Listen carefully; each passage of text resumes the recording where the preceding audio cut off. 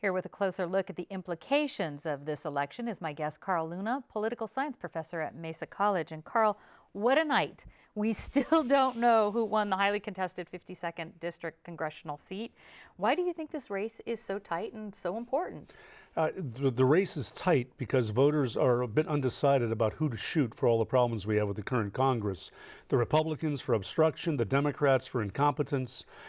Neither candidate had a record in the Congress to run on, so it was running against the national narrative, the president and the rest. And for a lot of voters, it was kind of an election. They just did not see a huge relevance. And $10 million spent, its primary purpose was to keep people from voting. We're going to come back to that, but who do you think, or I should ask you, when do you think we'll know who won, and do you think the person who didn't win will actually contest this, the counting of the ballots? Unless it's really close and there's some reason to expect malfeasance, usually you take your money, you pays your chances, and typically whoever wins, when somebody else contests, they seldom win.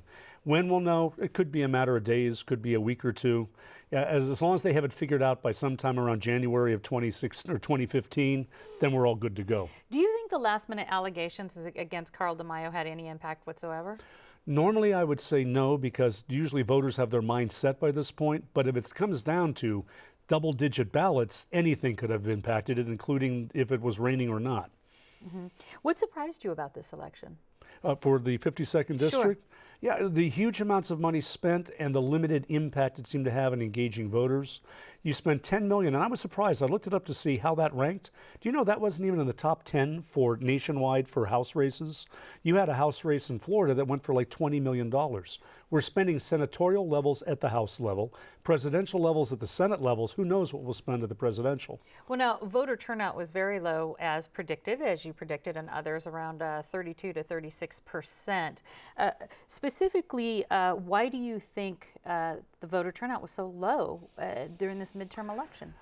They're always lower in the midterm than in the general because people like to go for the star attraction. They like the top of the ticket when the president's on the race. It was lower than normal, which is probably the new normal because voters, a lot in the middle, are not seeing any advantage to either party. The typical person in America is not living better today than they were in 2008. So you say, what's the point? Nobody's going to help me, you stay home. And then you discover no one is going to help you because you stayed home. So that coming back to the campaign money, you were saying that the campaign money was to basically target the middle voters who were undecided, or drive them out of the race, because you never ask a question as a lawyer you don't know the answer to. You don't invite somebody to vote unless you know the vote. You know your base is how it's going to vote. If you invite a lot of indeterminate voters in, you throw something unmanageable into the campaign. Negative ads make moderates, make independents stay home and not vote. Now, Republican Chris Cate, who won the District 6 election, he basically unseats the veto power of the city council. Todd Gloria and Chris Cate himself told me that basically that, you know, it's not a big deal. We all do this together. There's a lot of unanimous decisions. You disagree with that? Well, it's unanimous right up to the point it's not. As Todd Gloria said, 90% of what they do, there's no controversy. It's in that last 10% that major decisions like minimum wage are made. The fact that you got rid of the mayoral veto-proof majority is probably a good thing because that wasn't the product of an electoral outcome. It was the product of appointment when Mayor Faulkner became mayor and left his council seat.